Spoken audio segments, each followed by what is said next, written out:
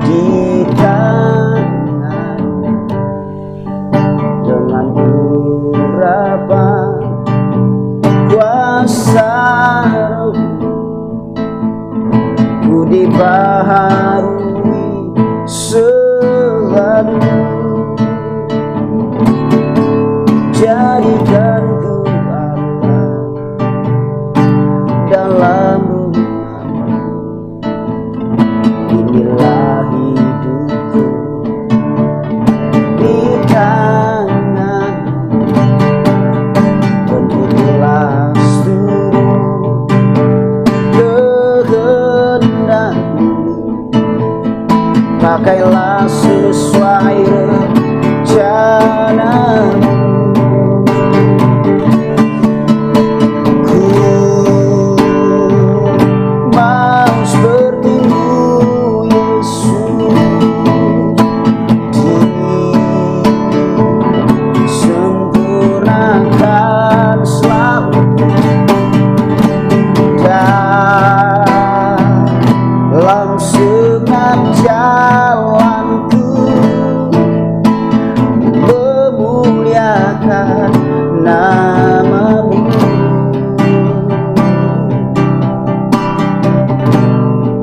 Amin.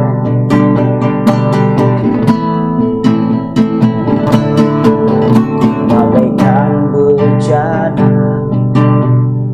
siap dibentuk demikian hidup di tangan-Mu.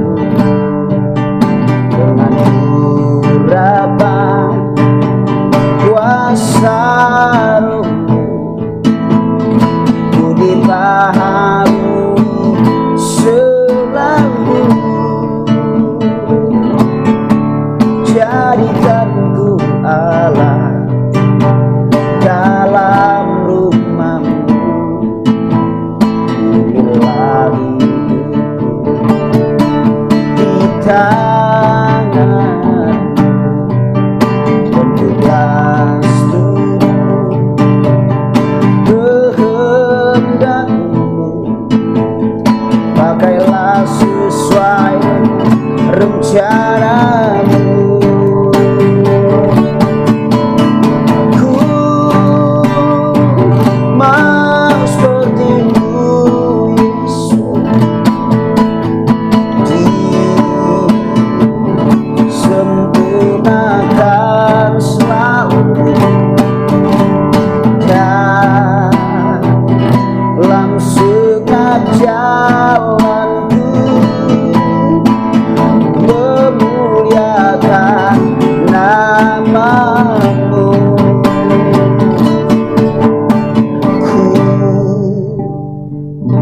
Mau seperti-Mu, Yesus, disempurnakan selalu dalam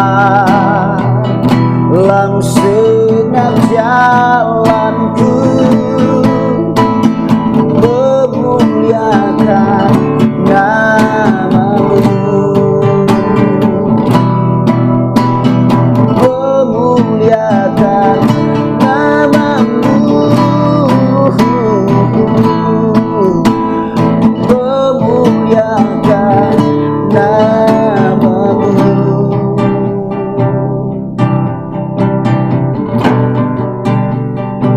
kami mau memuliakan nama-Mu Tuhan.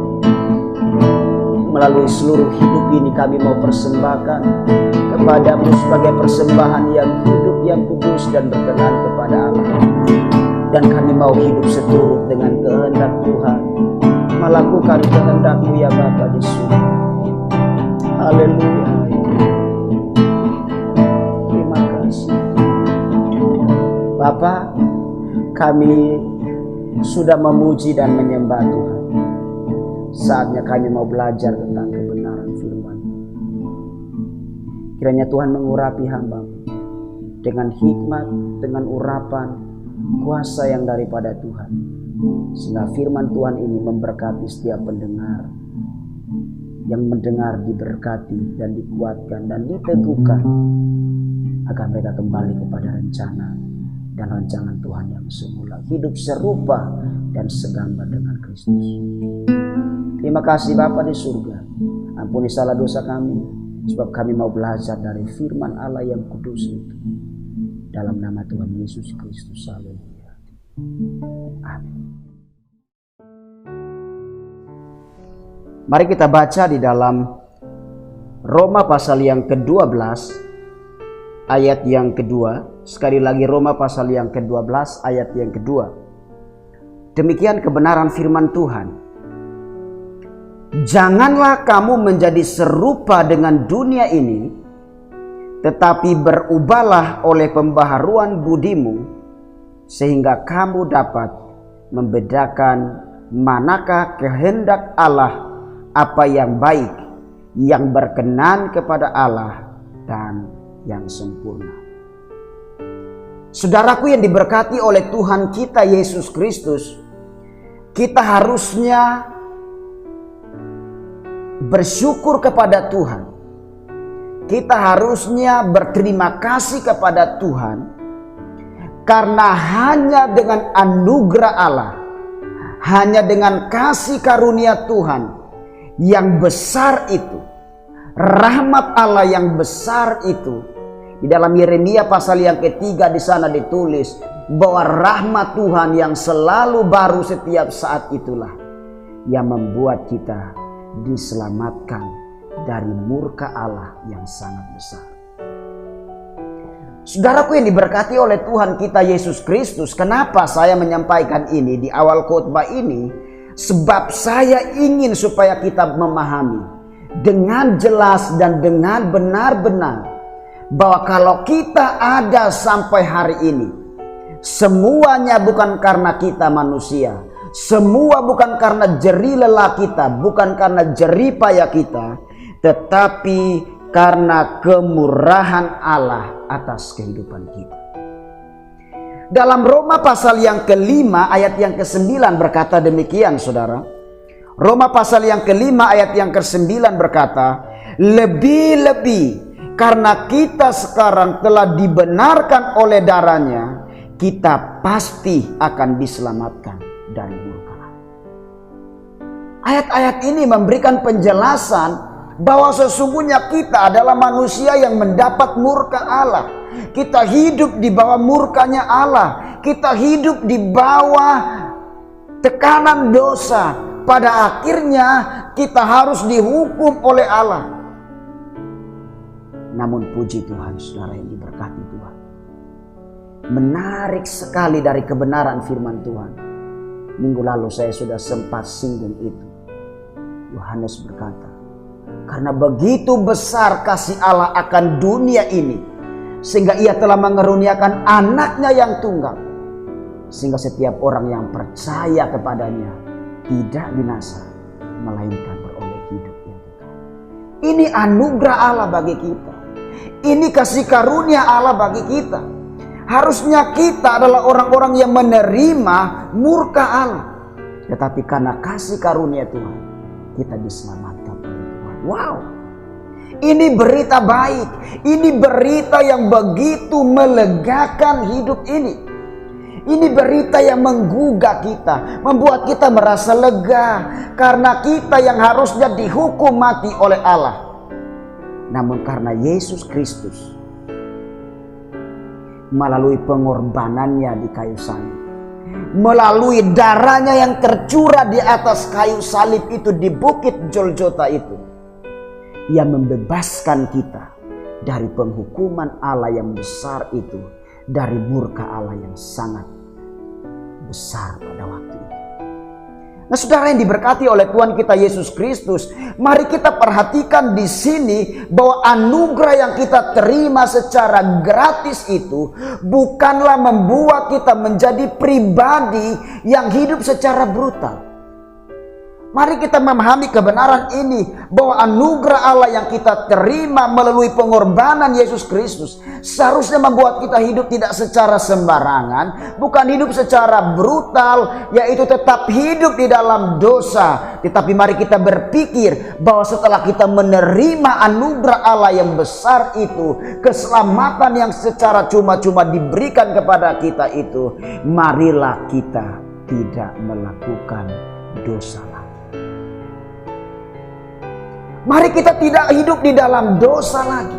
Mari kita tidak hidup seperti dunia ini lagi. Sebab jika kita hidup di dalam dunia ini, maka kita adalah orang-orang yang sebenarnya telah memahami dengan baik anugerah Allah itu. Namun kita menyepelekan hal itu. Kita menjadi orang-orang yang tidak hidup sungguh-sungguh mengerjakan kasih karunia Allah dalam hidup. Jangan kita berpikir bahwa karena kita telah menerima keselamatan, maka kita bebas melakukan dosa. Oh tidak, saudara.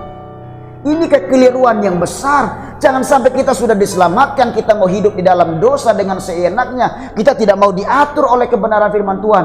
Tetap tidak boleh demikian. Dalam surat Rasul Paulus kepada Titus, di dalam Titus pasal yang kedua ayat yang ke-11 sampai dengan ayat yang ke-15. Dikatakan demikian, Titus pasal yang kedua ayat yang ke-11 sampai 15. Saya membaca beberapa bagian daripada ayat-ayat ini. Ayat yang ke-11 berkata, karena kasih karunia Allah yang menyelamatkan semua manusia sudah nyata. Ia mendidik kita, perhatikan. Ia mendidik kita supaya kita meninggalkan kefasikan dan keinginan-keinginan duniawi, dan supaya kita hidup bijaksana, adil, dan beribadah di dalam dunia sekarang ini dengan menantikan pengharapan kita yang penuh bahagia dan penyataan kemuliaan Allah yang besar dan juru selamat kita, Yesus Kristus. Jadi saudara yang diberkati Tuhan, Titus mengatakan bahwa, Paulus mengatakan melalui Titus di sini, bahwa kasih karunia Allah yang menyelamatkan kita itu sudah nyata dan mendidik kita supaya kita menjadi pribadi-pribadi, umat-umat ketebusan Allah yang selalu setiap saat berusaha meninggalkan kefasikan-kefasikan. Jadi kasih karunia Allah yang diberikan atas hidup kita, harusnya kita memahami itu, sebab kasih karunia Allah itu aktif, bukan pasif, dikerjakan dalam hidup kita supaya kita meresponnya dan kita hidup di dalam kasih karunia Allah itu. Sebab jika kita hidup dalam kasih karunia Allah, kita memahaminya, maka kita menjadi orang-orang yang terdidik untuk meninggalkan keinginan-keinginan duniawi. Apakah kita memahami kebenaran ini, saudara? Bahwa harusnya kita meninggalkan keinginan-keinginan duniawi kita, kefasikan kita, supaya kita hidup bijaksana, adil, dan berkenan kepada Tuhan. Saudaraku yang diberkati oleh Tuhan kita Yesus Kristus, so apa yang harus kita lakukan, saudara? Apa yang harus kita kerjakan? Apa yang harus kita perbuat setelah kita mengetahui dengan pasti, dengan benar-benar, dengan nyata, dengan jelas bahwa kita telah menerima anugerah yang kekal tersebut? Kembali pada konteks kebenaran firman Tuhan, Roma pasal yang ke-12 ayat yang kedua ini, saudara. Jangan kamu menjadi serupa dengan dunia. Bagian yang pertama yang saya mau bagikan kepada kita, kesempatan sore hari ini atau pada pertemuan yang pertama dari bagian Roma pasal yang ke-12 ayat yang kedua ini, saya mau katakan kepada kita melalui kebenaran firman Tuhan, jangan kita meniru tingkah laku. Pertama, jangan tiru tingkah laku Jangan tiru model, jangan tiru cara hidup, jangan tiru kebiasaan dunia ini. Perhatikan ayat itu, saudara. Janganlah kamu menjadi serupa dengan dunia ini. Artinya jangan kita meniru tingkah laku orang-orang dunia. Jangan kita meniru cara hidup dunia. Jangan kita mengkopi, menyalin cara hidup dunia, model hidup dunia, atau tingkah laku dunia, atau habit dunia, gaya berpikir orang dunia, gaya berpakaian orang dunia, gaya berperilaku daripada orang-orang dunia ini. Jangan, saudara. Jikalau memang kita benar-benar mengetahui dan kita telah tahu bahwa kita telah menerima anugerah hidup yang kekal, jangan tiru. Begini, saudara yang diberkati Tuhan, ingat bahwa meskipun kita hidup di dunia ini, saya percaya kita pasti punya banyak alasan sebagai anak-anak Tuhan yang hidup di dunia ini. Kan saya masih tinggal di dunia, kan saya masih hidup di dunia ini. Memang benar, kita masih tinggal di dunia ini. Tetapi Alkitab berkata, janganlah kamu menjadi serupa dengan dunia ini. Memang kita tinggal di dunia ini, saudara. Tetapi kita tidak boleh hidup menjadi serupa dengan dunia ini. Jadi panggilan kita adalah hidup menjadi berbeda dengan dunia ini. Jangan kita meniru kebiasaan dunia ini, gaya berpikir dunia ini, model dunia ini. Jangan, saudara. Sebentar saya akan sampaikan beberapa alasan mengapa kita tidak boleh meniru, mencontoh cara hidup, model kebiasaan daripada dunia ini. Ingat bahwa panggilan hidup kita untuk menjadi serupa dan segambar. Panggilan awal kita adalah kita harus serupa dan segambar dengan Allah itu. Harusnya kita memiliki karakter-karakter Kristus, sifat-sifat Kristus yang sudah dinyatakan dalam hidup kita. Dan itu tidak gampang untuk kita menerima.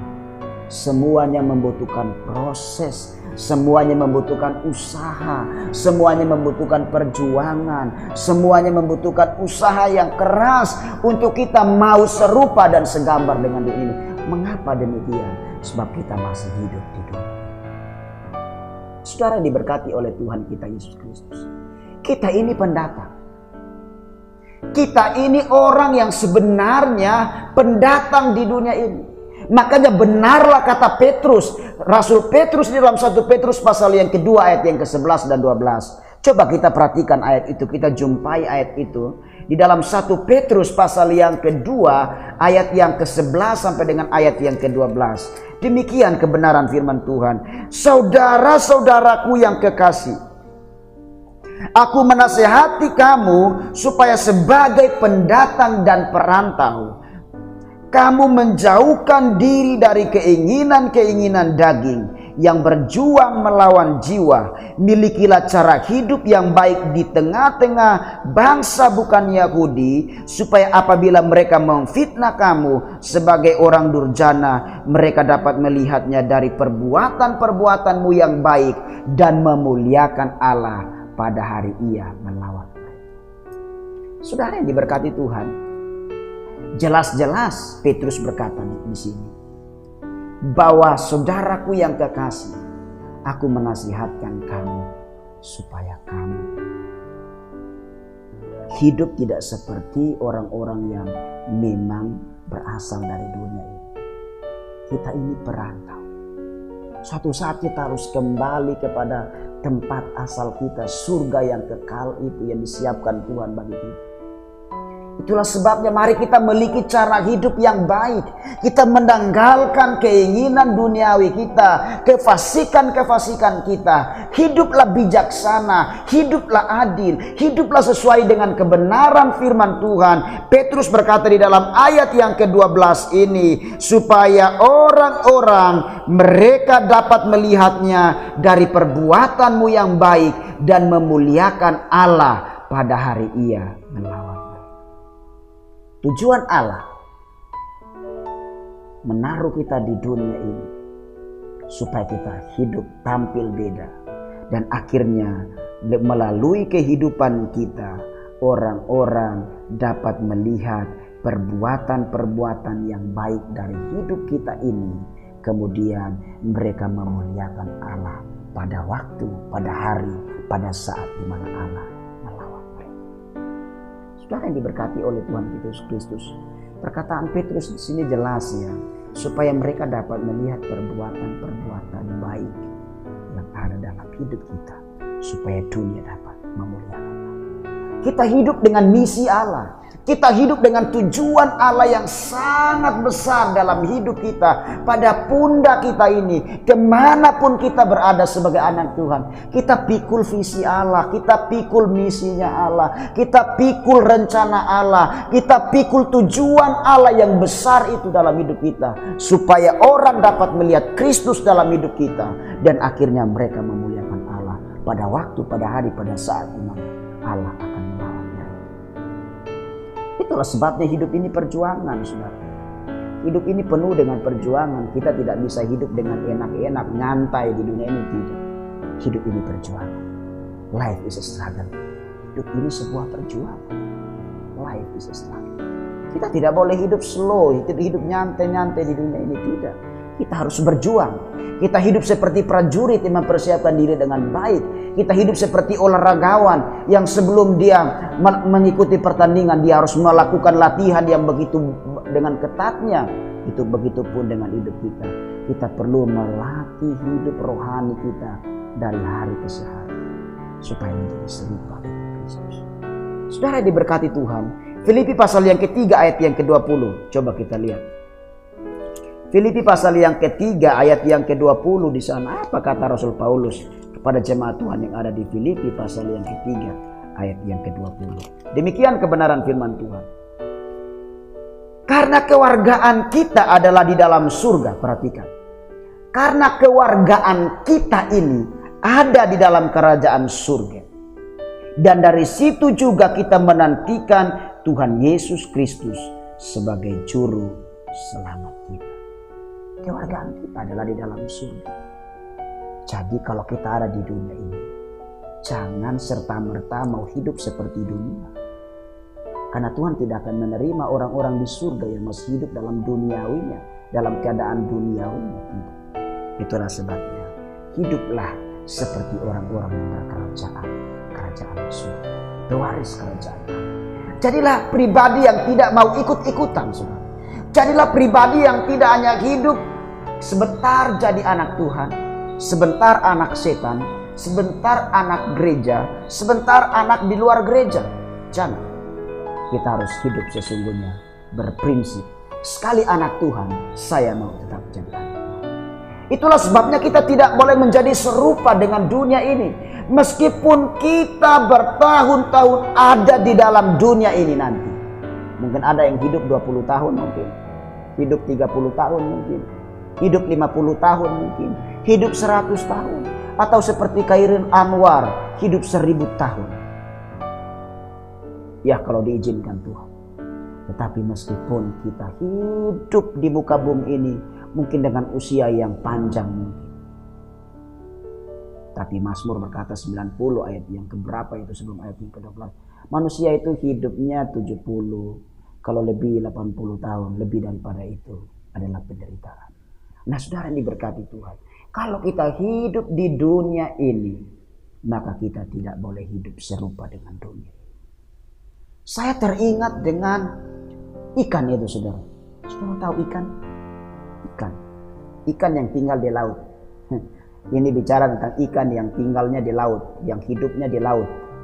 Saya perhatikan ikan-ikan yang hidupnya di laut, ketika ditangkap oleh para nelayan, kemudian dijual kepada orang-orang yang ingin mengkonsumsi ikan. Taruhlah saja seorang ibu rumah tangga yang ingin memasak ikan ini dengan menu-menu yang bervariasi. Saya percaya ketika dia ingin mengecap ikan ini, ingin memasak ikan ini, pasti dia akan menaruh garam pada ikan tersebut. Padahal kita tahu sendiri, ikan ini tinggalnya di laut. Persoalannya meskipun dia tinggal di laut yang begitu asin itu, dia tidak menjadi ikan yang terasa asin. Wah, ini menarik. Ikan tinggal di laut tapi tidak terasa asin. Kulitnya tidak terasa asin, dagingnya tidak terasa asin. Kalau nanti terasa asin, kalau nanti dimasak dan ditambah garam, saudara. Tetapi tidak pernah ikan itu ketika dipotong kemudian dirasa dikit, oh rasanya asin sekali, tidak. Meskipun dia ada di laut, dia tidak pernah terasa asin. Kecuali ditambahkan garam ketika dimasak. Saudara yang diberkati Tuhan, belajar daripada ikan ini, saudara. Meskipun dia tinggal di laut, kalau dipotong dan mau disantap, dia harus ditambah garam baru terasa asin, saudara. Begitu pula dengan hidup kita ini. Kalau kita hidup di dunia ini, jangan sampai kita hidup sama dengan orang dunia ini. Harusnya kita tidak tercemar dengan dunia ini karena kita berprinsip, aku ini warga kerajaan Allah. Mari kita hidup punya prinsip, saudara. Jangan serupa dengan dunia ini meskipun kita masih ada di dunia ini. Yesus berkata di dalam Matius pasal yang kelima, kamu adalah terang. Matius yang pasal yang kelima, di sana Yesus dalam khotbahnya di bukit berkata kepada para murid dan orang-orang yang ada pada waktu itu, kamu adalah terang dunia. Saudara dan saya adalah terang dunia. Amin. Kita adalah terang dunia. Itulah sebabnya harusnya kita yang tinggal di dunia yang penuh dengan kegelapan dan dosa ini, kita menerangi dunia ini. Perhatikan ayat yang ke-13, ayat yang ke-14, ayat yang ke-15. Menarik sekali pada ayat yang ke-16. Demikianlah hendaknya terangmu bercahaya di depan orang, supaya mereka melihat perbuatanmu yang baik dan memuliakan. Jadi orang dapat memuliakan Bapa kita di surga itu melalui kehidupan kita yang ketika memasuki dunia yang penuh dengan kegelapan, kita menerangi. Kenapa? Karena kita adalah anak-anak terang. Kemana-mana kita membawa kemuliaan Allah yang terpancar melalui kehidupan kita. Dimanapun saudara berada, pastikanlah hidup bahwa kita adalah orang-orang yang membawa terang, menerangi dunia yang penuh dengan kegelapan. Saudaraku yang diberkati Tuhan, remaja GPD Eklesia Jember, anak-anakku, sahabat-sahabatku yang saya kasihi, jadilah anak-anak terang. Bawalah terang kemana-mana. Bawalah Kristus, bawalah nama Kristus, bawalah karakter Kristus itu kemana-mana, supaya hidup mendapat menerangi. Jangan menjadi serupa dengan dunia ini, tetapi biarlah kita menjadi serupa dengan Kristus, supaya hidup kita dapat memuliakan Tuhan dan memenangkan banyak jiwa bagi orang. Apakah saudara siap menjadi terang bagi dunia ini? Apakah saudara siap menjadi terang bagi dunia ini? Mungkin pertanyaannya masih sangat luas. Saya ingin mempersempit pertanyaan ini. Apakah saudara siap menjadi terang dalam keluarga?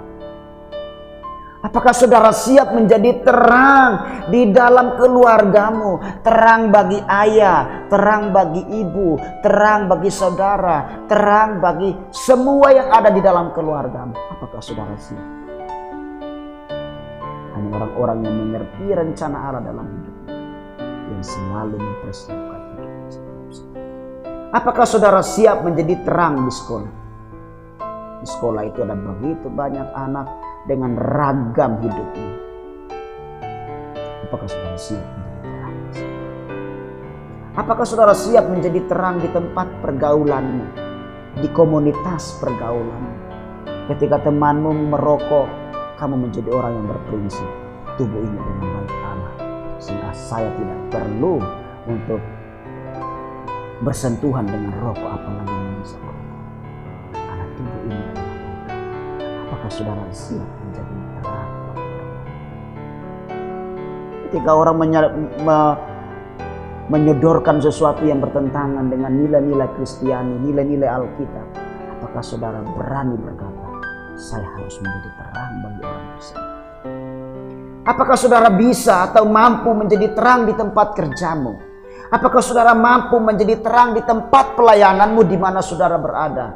Apakah saudara berani menjadi terang di lingkungan yang sangat gelap sekalipun, yaitu orang-orang yang tidak sungguh-sungguh percaya, bahkan tidak pernah mengenal Yesus sebagai Tuhan dan Juru Selamat? Apakah saudara siap menjadi terang bagi mereka? Saudara diberkati Tuhan. Kembali lagi pada Roma pasal yang ke-12 ayat yang kedua. Berkata demikian, janganlah kamu menjadi serupa dengan dunia. Saudara yang diberkati Tuhan. Kata jangan artinya ini sebuah larangan. Ini bukan permohonan, ini larangan. Kalau tidak dilakukan, saudara habis daripada Tuhan. Sebab saudara telah mengecap kasih karunia Tuhan.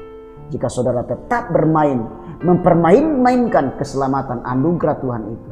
Dan ketika Alkitab menyampaikan, hamba-hamba Tuhan menyampaikan ini, jangan menjadi serupa dengan dunia ini. Dan pada kenyataannya saudara masih hidup serupa dengan dunia ini. Maka jangan sampai nanti kelak kita akan menerima balasan murka Allah yang menyala-nyala itu dinyatakan dalam hidup. Jika saudara rindu, jika saudara terbeban untuk menjadi mitra Allah, teman sekerja Allah di muka bumi ini, jika saudara ingin menjadi penyalur kasih karunia Allah, menjadi pemberita Injil, menjadi saksi Kristus, menjadi contoh teladan dan terang bagi dunia ini, maka saudara harus siap menjadi orang-orang yang mampu menerangi, menunjukkan, menampilkan karakter-karakter Kristus. Cara hidup yang berbeda dengan dunia ini. Model hidupmu berbeda, gaya hidupmu berbeda, tabiatmu berbeda, habitmu harus berbeda, cara berpakaianmu harus berbeda, cara kamu berpikir harus berbeda, cara apa lagi? Pokoknya yang sesuatu yang berhubungan dengan kehidupan ini harus berbeda dengan orang lain. Jika belum berbeda, maka kita sama saja. Katanya orang Madura pada day, sama aja. Kata orang Jawa sami mawon. Kata orang Timur itu pepmese. Ya sama aja. Jangan sampai kita seperti itu, saudara. Kita harus menjadi berbeda. Not same with the world. Jangan kita menjadi sama dengan dunia ini, tetapi kita menjadi berbeda. Saudara yang diberkati Tuhan, janganlah serupa dengan dunia ini, tetapi terangilah dunia ini dan orang-orang yang hidup di dalamnya, agar Kristus dapat dikenal dan diterima oleh semua orang dan percaya. Jikalau saudara berjuang dalam bagian ini, maka upahmu pasti besar di surga. Saudara yang diberkati Tuhan, minggu depan saya akan sampaikan khotbah berseri tentang kalimat berikutnya, itu tetapi berubahlah oleh pembaruan budimu, sehingga kamu dapat membedakan manakah kehendak Allah, apakah yang baik dan berkenan kepada Allah dan yang sempurna. Jadi minggu depan kita akan dengar lagi kelanjutan khotbah ini tentang apa yang harus kita lakukan. Yang kedua adalah tentang kita harus berubah. Yang ketiga adalah kita harus tahu membedakan mana kehendak Allah dan mana yang bukan kehendak Allah, agar supaya kita menjadi pribadi yang disempurnakan pada waktu. Saudara diberkati Tuhan, kiranya firman Tuhan memberkati kita semua. Jadilah pribadi yang berbeda dengan dunia ini. Bawalah terang Kristus, maka hidupmu menerangi banyak orang dan hidupmu menjadi saksi, dan nama Tuhan pasti dimuliakan. Hidupmu pasti diberkati. Meskipun kalian masih muda, saudara dan saya masih muda, tetapi kita punya beban yang berat. Berusaha berjuang untuk tidak boleh menjadi serupa. Pikiran tidak boleh serupa dengan dunia. Mulut tidak boleh serupa dengan dunia. Perkataan tidak boleh serupa. Ketindakan tidak boleh serupa. Sebab kita dipanggil untuk menjalankan visi misi Allah, dan nama Tuhan pasti dipanggil. Sementara kita berjuang untuk tidak menjadi serupa dengan dunia. Puji Tuhan, inilah kebenaran firman Tuhan yang dapat disampaikan bagi kita semua.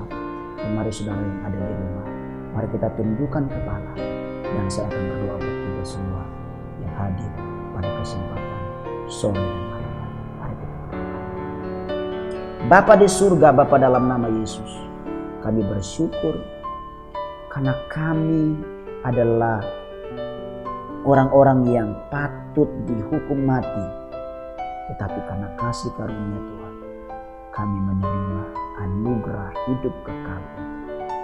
Ketika kami menerima hidup kekal itu, kami diajar hari ini supaya kami menjadi orang-orang yang tidak serupa dengan dunia ini. kami hidup menjadi terang, menerangi orang lain, menjadi teladan melalui sikap kami, perkataan kami, pikiran kami, cara kami berperilaku, cara kami bertindak, cara kami berpakaian, dan lain sebagainya, agar nama Tuhan dimuliakan dalam kehidupan. Berkati setiap yang mendengarkan kebenaran firman Tuhan ini. Dari tempat ini hamba berdoa, kalau ada di antara mereka yang punya pergumulan, tangan Tuhan yang penuh kuasa itu menjamah, memberikan kekuatan, memberikan kemampuan. Tangan Tuhan turun tangan atas hidup mereka, supaya mereka mengalami lawatan dan jamahan serta pertolongan daripada. Berkati remaja GPD Eklesia Jember dan para pendengar yang telah mendengarkan khotbah ini, kiranya diberkati, diteguhkan imannya. Dan kami juga berdoa, kuatkan kami supaya kami jadi terang bagi dunia ini. Tanpa Roh Kudus-Mu kami bukan siapa-siapa, tetapi bersama dengan Roh Kudus kami cakap untuk memperbaiki hidup ini supaya kami menjadi terang bagi orang lain. Berkati remaja GPD Eklesia Jember, berkati dalam sekolah mereka, berkati pendidikan mereka, studi mereka, berkati masa depan hidup mereka, cita-cita dan harapan mereka. Di dalam tangan Tuhan hamba serahkan hidup mereka supaya mereka tetap ada di dalam pemeliharaan. Kalau ada yang sakit, Tuhan sembuhkan. Yang lemah Tuhan kuatkan. Yang menghadapi pergumulan hidup dijawab, ditolong, dibukakan jalan oleh Tuhan Yesus. Terima kasih Bapa di surga, ampuni salah dosa kami supaya hidup kami dibaharui terus menjadi serupa dengan Kristus.